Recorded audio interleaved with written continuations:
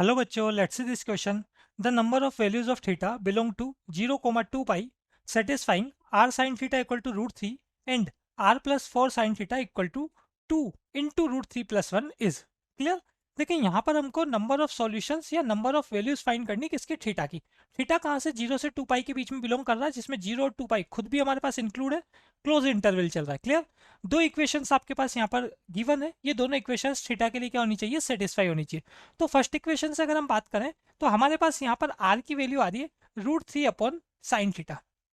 Clear. इस value को मैं सेकंड इक्वेशन में पुट कर देता हूँ. तो सेकंड इक्वेशन बन जाती है हमारे पास √3 upon sine theta plus 4 sine theta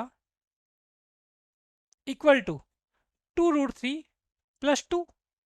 clear.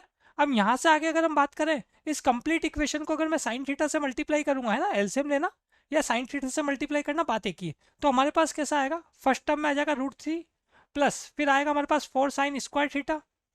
इसके आगे अगर हम बात करें तो हमारे पास यहाँ पर अगर मैं 2 को कॉमन भी लेके चलता हूँ ऊपर भी, तो ये बनता है हमारे पास 2 sine theta √3 plus 1.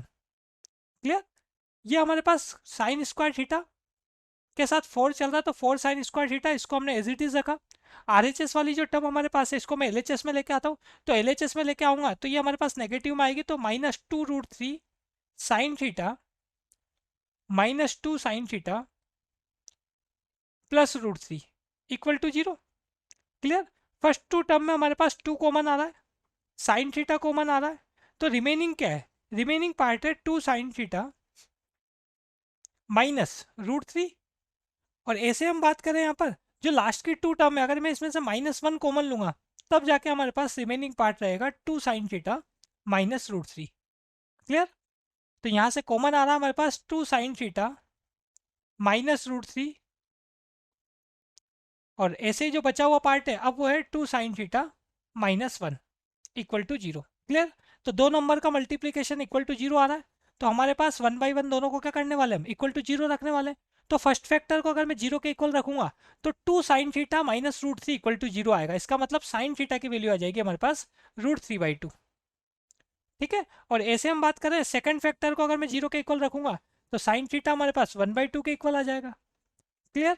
Sine theta को अगर √3/2 हमारे पास चल रहा है, हमको देखना है 0 से 2 पाई के बीच में, तो देखो साइन थीटा पॉजिटिव कहाँ पर होता है, फर्स्ट और सेकंड क्वाड्रेंट में. क्लियर. तो यहाँ से हमारे पास फर्स्ट और सेकंड क्वाड्रेंट में दो ऐसे एंगल मिलेंगे जिसपे थीटा कितना आएगा, √3/2. किस किस पर आएगा, एक तो हमारे पास 60 पर आता है, 60 मतलब π/3 हो गया. ठीक है. साइन 60 की वैल्यू √3/2 हुआ करती है. और ऐसे हम बात करें सेकंड क्वाड्रेंट के लिए तो हमारे पास आएगा पाई माइनस π/3. ठीक है. तो थीटा की दो वैल्यूज आ रही है, एक तो π/3 और एक आ रहा है यहाँ पर 2π/3.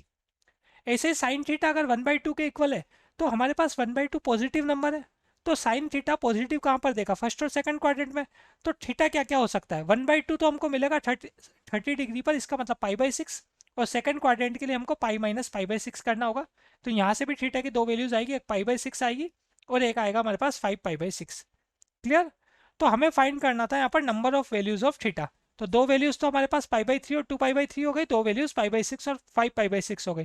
तो टोटल सॉल्यूशंस या टोटल नंबर ऑफ थीटास कितने हो गए, टोटल नंबर ऑफ थीटा हमारे पास यहाँ पर 4 हो गए. क्लियर. तो final answer is option number A.